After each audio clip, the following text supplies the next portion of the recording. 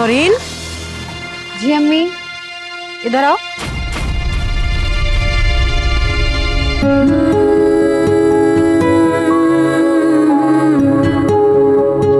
तुम बसने लगे हो आँखों में,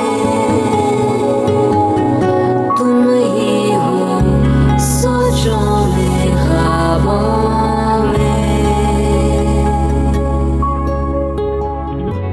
मैं तो आज बहुत खुश हूँ। इतनी सारी शॉपिंग की है मैंने। देखो अच्छी है ना? हाँ अच्छी हैं। तुम उदास क्यों बैठी हो? अरे हाँ, तुम कैसे उदास नहीं होगी? नानी सही कहती है, तुम मेरी खुशी से जलती हो, है ना? देखो मेरी मंगनी हो गई और तुम यहाँ भी तुम्हारी नहुसत तुम्हारे आड़े आ गई। चलो कोई बात, तुम्हारी भी कहीं ना कहीं शादी हो ही जाएगी। ऐसी बात नहीं है नौरी, तुम्हारी एंगेजमेंट से मैं बहुत खुश हूँ। बहन हो तुम मेरी। अच्छा, तो फिर मुझे 12 क्यों बज रहे हैं? वो परिहा का फोन आया था, मेरे एडमिट कार्ड का कोई मसला है, कॉलेज जाना पड़ेगा। मामू जान से तो मैं इजाजत ले लूंगी, लेकिन पता नहीं मुमानी इजाजत दें ना दें। कॉलेज कॉलेज तो मुझे भी जाना है। काफी दिन हो गए, दोस्तों से मुलाकात भी नहीं हुई, और उनको अपनी मंगनी की तस्वीरें भी तो दिखानी है। और वो समन, याद है ना किस तरह जलती थी मुझसे? अब मैं उसे दिखाऊंगी, देखना उसकी तो चेहरे की रंगत ही बदल जाएगी। तुम अब्बा से बात कर लो, बाकी मुझ पे छोड़ दो। और मुमानी? मैंने कहा ना, तुम उनकी टेंशन मत लो, तुम सिर्फ अब्बा से बात कर लो। Thank you Naureen, thank you so much. तुमने मेरा बहुत बड़ा मसला हल कर दिया। मैं मामू जान से बात कर लूंगी।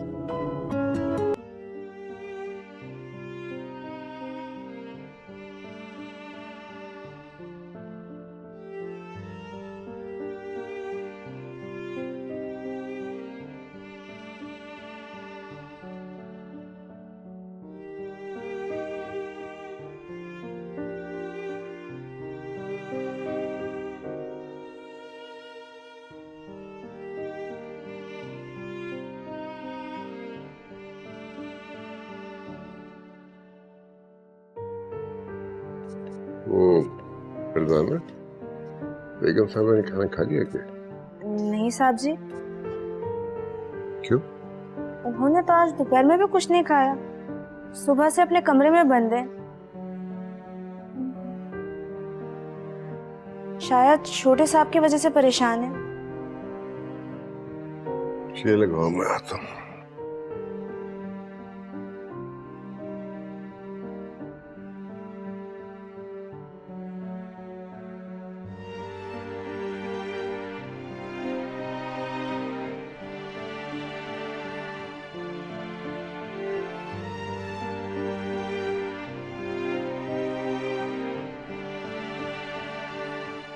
गुफ्ता,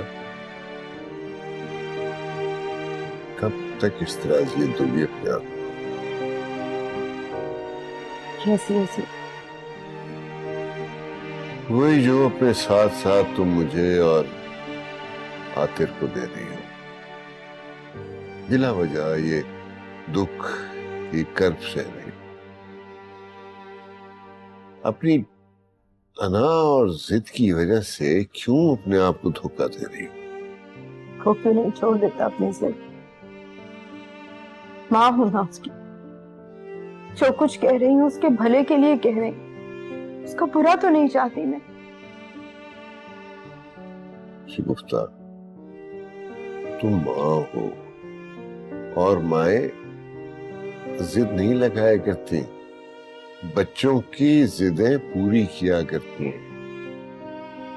अपनी ख्वाहिशात को, अपनी खुशियों को कुचल कर बच्चों की ख्वाहिशात को पूरा करने की कोशिश किया कर।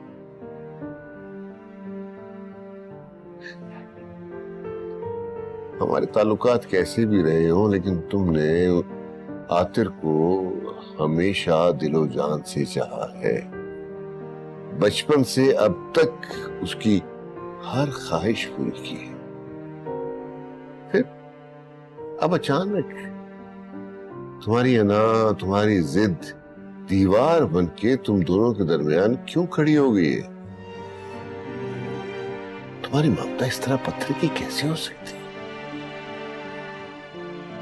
देखो प्लीज ये दीवार गिरा दो, उसे बुला लो, उसकी बात मान लो, इसी में हम सबकी खुशी है।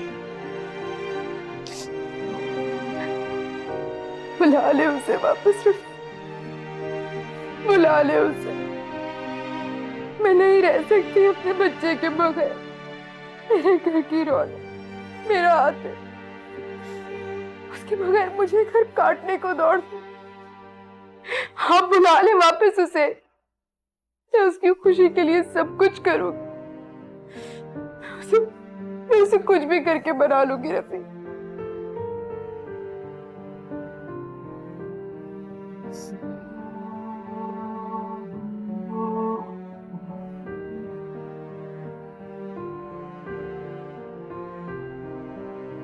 नौरीन, तुम अभी तक तैयार नहीं हुई?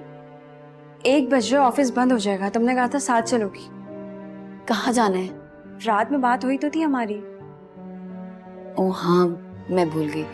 मैं बस अभी तैयार हो जाती हूँ, फिर हम चलते हैं। ठीक है, तुम तैयार हो जाओ। मैं मोमानी को बता दूं कि हम दोनों जा रहे हैं, या खुद बताओगी? तुम्हारा काम है, खुद जाकर बता दो। बल्कि तुम रहने दो, मैं खुद बता दूंगी। पता चले कि तुम पूछने जाओ और वो मना करते। वैसे भी मेरा बाहर निकलने का बहुत मूड हो रहा है, दम घुट रहा है आज मेरा। तुम्हारे साथ कॉलेज जाऊंगी तो अपनी दोस्तों को मंगनी की तस्वीरें भी दिखा दूंगी। ठीक है, लेकिन तैयार होने से पहले प्लीज मोमानी को बता दो। मैं बता दूंगी, तुम जाओ।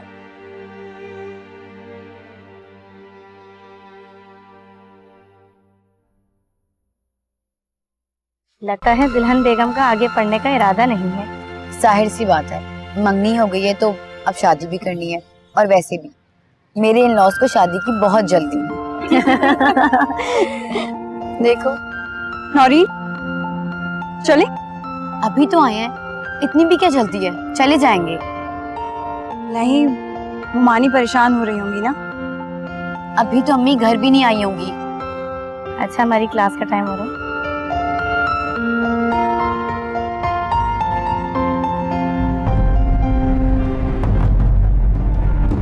नौरीन, चलते हैं, देर हो रही है। मैं भी घर नहीं जाने वाली। और वैसे भी मंगनी से इतने पैसे इकट्ठे हुए हैं, कहीं अच्छे से रेस्टोरेंट में चल के खाना खाते हैं, मजा आएगा। तुम भी क्या याद करोगी? तुम्हें कहीं अच्छी सी जगह पे लंच करवाते हैं। चलो। नहीं नौरीन, इस तरह देर हो जाएगी। तो ठीक है, तुम चली जाओ, मैं खुद आ जाऊंगी। क्या सोचने लगी? अच्छा चलो, आइसक्रीम खा लेते हैं, उसमें इतना टाइम नहीं लगेगा। चलो। अरे लेकिन नौरीन, मोमानी को पता चले।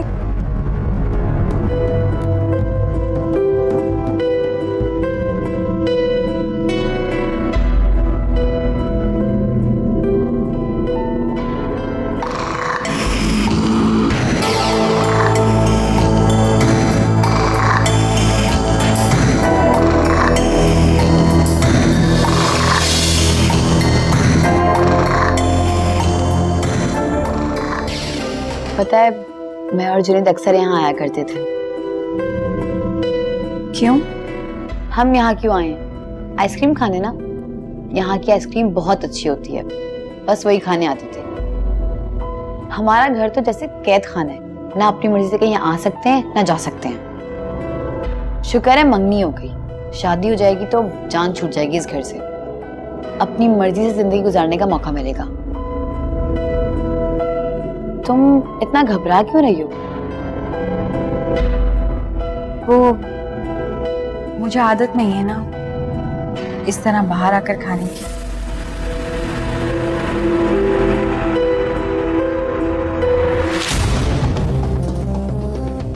अंधे हो तुम? नजर नहीं आता? Sorry madam. कोई बात नहीं नौरीन, मैं जाकर धो लेती हूँ। वॉशरूम कहाँ है? दाएं हाथ पे। ठीक है। मैं आती हूँ।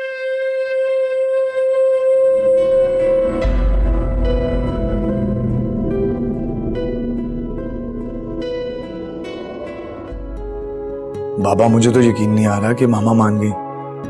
वो अपनी जिद से हार मानेंगी, मैंने कभी नहीं सोचा था।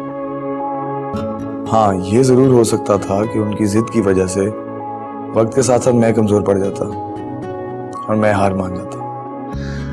भैया साहबजादे, इसमें हमारी कोशिशों को भी बड़ा दखल है, हमें भी तो दाद दो।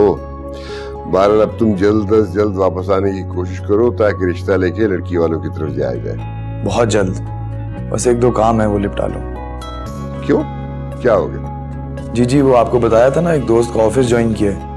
वो आजकल शहर में है नहीं, तो जैसे ही वो वापस आ जाएगा उसको हैंड ओवर करके office I will be back. चलो, जैसा तो मुनासिब समझो, लेकिन देखो ये बात अब ज़हन में रखना कि मुझे और तुम्हारी माँ को शिद्दत से तुम्हारा इंतजार है, ठीक है? Okay, take good care of yourself. Allah हाफिज बेटा, अल्लाह हाफिज।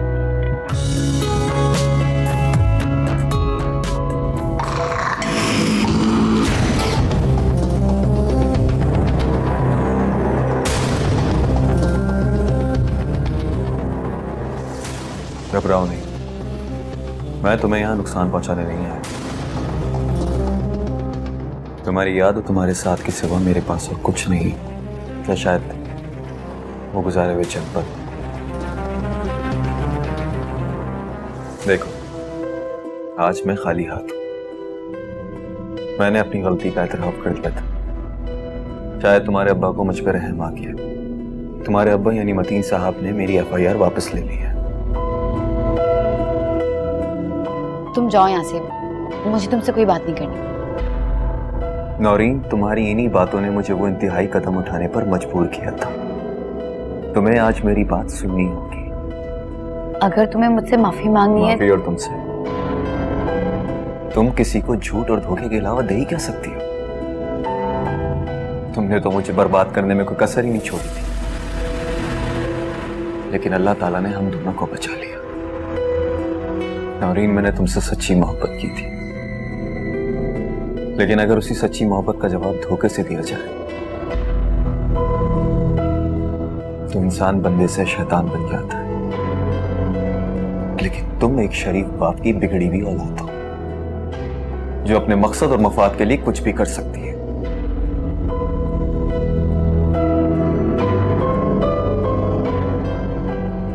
मैं बाहर मुल्क जा रहा हूं और आज के बाद तुम्हारे रास्ते में कभी नहीं होगा, लेकिन तुम मकाफाते अमल से कभी ना कभी जरूर गुजरोगी।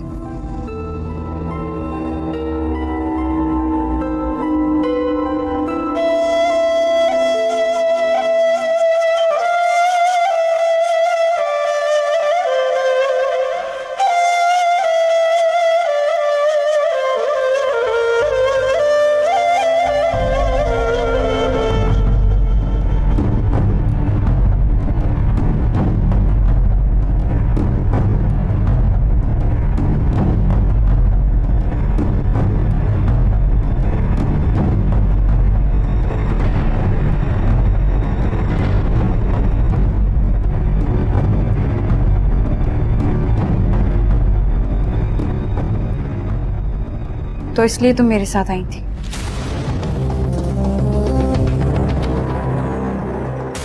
इससे तो अच्छा था कि तुम मुझे मना कर देती। कम से कम मामू जान के सामने मुझे शर्मिंदा तो ना होना पड़ता। बहुत नाशुक्री हो तुम। मेरा शुक्रिया अदा करने के बजाय तुम मुझे बातें सुना रही हो। और वैसे अब्बा ने उसे माफ कर दिया, मुझसे माफी मांगने आया था, लेकिन मैं उस घटिया इंसान को कभी माफ नहीं करूंगी।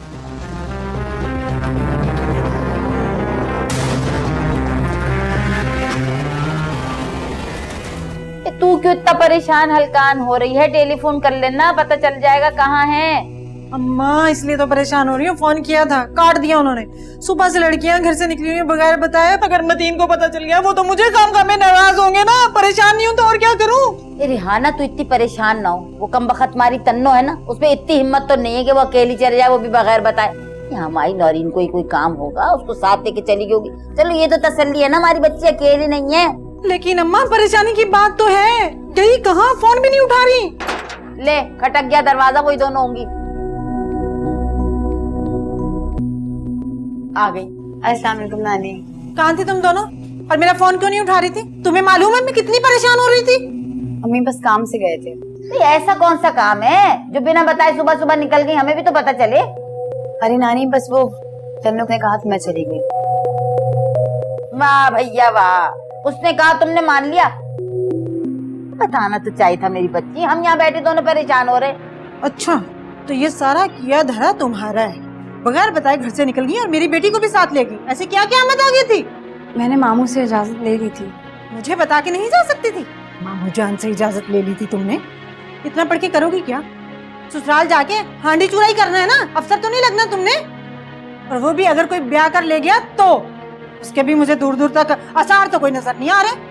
अल्लाह जाने इस मनहूस से कब जान छूटेगी हमारी। जा तू भी खड़ी मुंह क्या देख रही है? मेरी बच्ची कितना थक गई, तेरे काम से गई थी, पानी पिला ठंडा से। जा ना, इतना परस लेके मैडम बन के चली गई।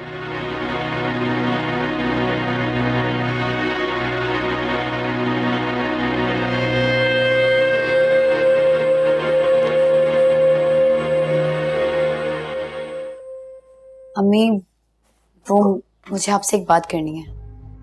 हाँ बोलो।